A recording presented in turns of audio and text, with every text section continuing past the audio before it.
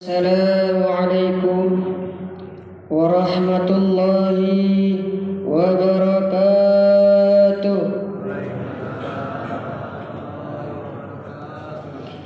Alhamdulillahi rabbil alamin alladzi amarna bijtinabi alamati syaqwa linaslama min adzabil akhirah. Wassalatu wassalamu ala سيدنا محمد الشافع للأمة المذنبة وعلى آله وصحبه سادة القادة. أما بعد. Yang saya hormati para alim ulama, para tokoh masyarakat, tokoh agama, dan yang saya hormati Kiai Mas'udi Syamsuddin selaku pengasuh Pondok Pesantren Darul Quran wad Dakwah. Semoga beliau beserta keluarganya disehatkan rohani jasmaninya, dilancarkan rezekinya, dan diluaskan juang dakwah beliau. Amin Allahumma amin. Dan tidak lupa pula yang saya hormati para pengurus dan para jamaah Masjid Nurul Falah yang semoga diberi rahmat oleh Allah dan disehatkan rohani jasmaninya. Amin amin ya rabbal alamin.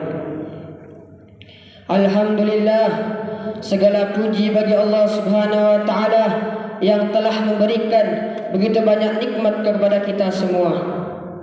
Salawat seiring salam tetap kita haturkan kepada junjungan kita baginda Nabi besar Muhammad sallallahu alaihi wasallam, kepada keluarga, sahabat serta pengikutnya hingga akhir zaman.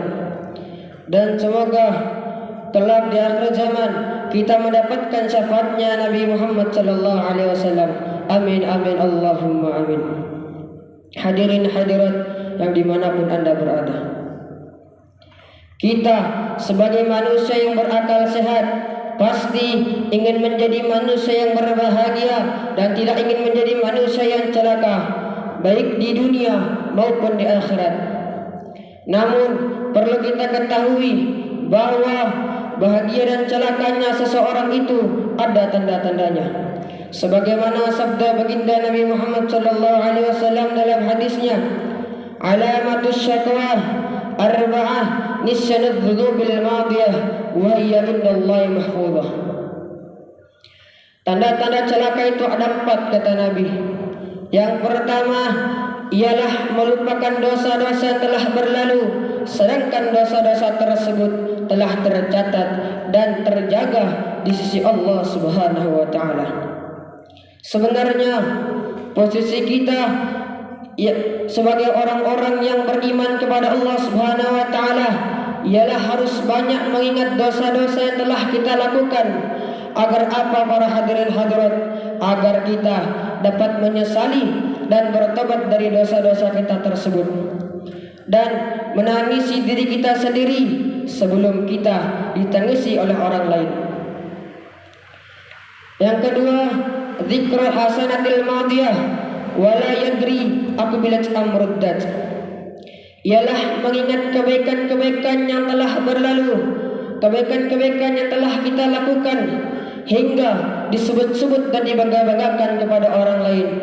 Seperti misalnya, oh sedekah saya sekian, puasa dan salat saya begini, dengan hati ujub dan bangga, sedangkan tidak seorang pun yang tahu antara diterima atau ditolaknya amalan kebaikan tersebut di sisi Allah Subhanahu wa taala.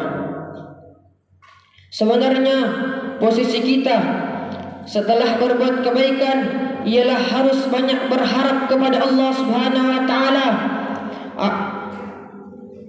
Harus banyak berharap kepada Allah Subhanahu wa taala agar kebaikan dan ibadah yang telah kita lakukan diterima oleh Allah Subhanahu wa taala, dan memiliki rasa khawatir dalam hati kita, takut ibadah atau kebaikan yang telah kita lakukan justru malah ditolak oleh Allah Subhanahu wa taala. Dan harus memiliki rasa khawatir dalam hati kita dan harus memiliki rasa ingin beribadah dan beribadah kepada Allah Subhanahu wa taala dengan hati yang ikhlas. Yang ketiga, wan nadhur ila ma fawqahu fid dunya. Ialah tanda-tanda celaka yang ketiga, ialah melihat orang yang lebih tinggi jabatannya daripada kita, yang lebih kaya daripada kita dalam urusan ekonomi dan duniawinya, lalu mereka tidak mensyukuri atas nikmat yang telah ada. Sedangkan dalam masalah agamanya, mereka melihat orang yang lebih sedikit ibadahnya, yang lebih lemah daripadanya, hingga mereka merasa lebih baik daripada orang lain. Dan ini merupakan tanda-tanda celaka yang keempat. Hadirin hadirat yang semoga dirahmati oleh Allah Subhanahu wa taala. Sebenarnya dalam sebuah hadis Nabi besar Muhammad sallallahu alaihi wasallam pernah menjelaskan yang artinya ada dua sifat yang apabila berkumpul pada diri seseorang, maka ia oleh Allah Subhanahu wa taala akan dicatat sebagai orang-orang yang bersyukur dan penyabar. Yang pertama ialah jika kita melihat orang yang lebih soleh daripada kita, yang lebih taat daripada kita, yang lebih alim daripada kita, yang lebih bertakwa daripada kita, lalu kita mengikutinya. Dan yang kedua, jika kita melihat orang yang lebih tidak mampu daripada kita, yang lebih fakir daripada kita, yang lebih miskin daripada kita, lalu kita merasa bersyukur atas kelebihan-kelebihan yang telah Allah berikan kepada kita. Maka oleh karena itu kita akan dicatat oleh Allah Subhanahu wa taala sebagai orang-orang yang bersyukur, yang akan selalu mendapatkan tambahan nikmat oleh Allah Subhanahu wa taala.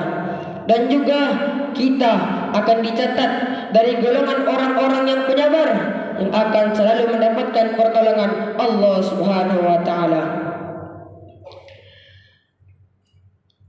Semoga kita semua dijadikan oleh Allah orang-orang yang berbahagia dan tidak dijadikan orang-orang yang celaka, baik di dunia maupun di akhirat kelak. Amin Allahumma amin.